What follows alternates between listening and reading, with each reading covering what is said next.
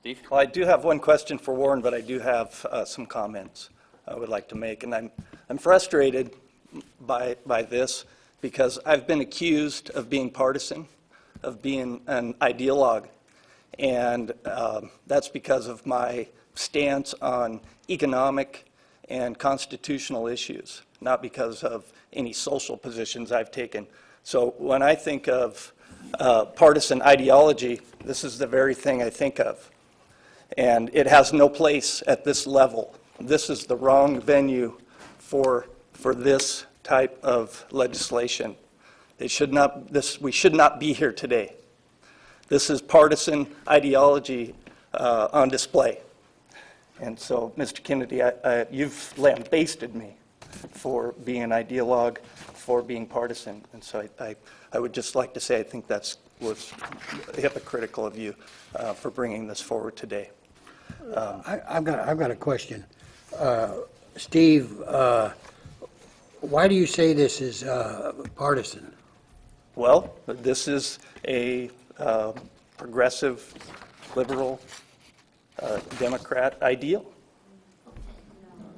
This is promoted from, but this is a social issue, regardless of all that. So this is a social ideology, Ron. That's why I say that. This is not, again, municipalities should not have to be dealing with this type of legislation. Again, it shouldn't be here today. Secondly, as was brought up by Pastor Paul and Mr. Regan, discrimination legislation by its very nature is discriminatory.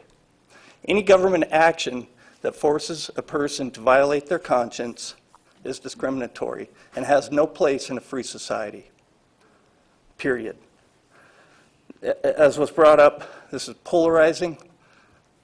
This is, the intimidation part of it. I'm a liberty guy. I have no problem with whatever anybody wants to do. Freedom is having the choice to do whatever you want as long as you're not harming somebody else. I will stand on that. But as a born-again, Bible-believing Christian and a business owner, a small business owner in this community, as was pointed out earlier, when I will be forced by this ordinance to either as an individual or an individual business owner to violate my conscience, that's discrimination. So again, by its very nature, the ordinance would be discriminatory. My question for Warren would be, Warren, can the city criminalize something that the state or the federal government does not? Yes, we do it all the time. There are lots of ordinances in the city code that are criminal in nature that are not addressed in either the federal code or the state code. And that's true in Idaho, that's true in every state in the union.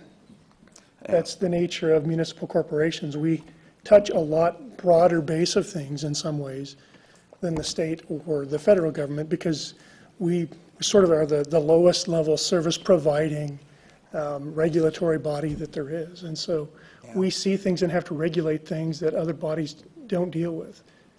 I just see this as conflicting, where I think the city of Moscow passed an ordinance regarding to firearms where it was in excess of the state law, and that was overturned. So I see that it's being, kind of similar. So I don't see anything here that would put us in conflict with the state's general laws. This is an area the state just hasn't touched.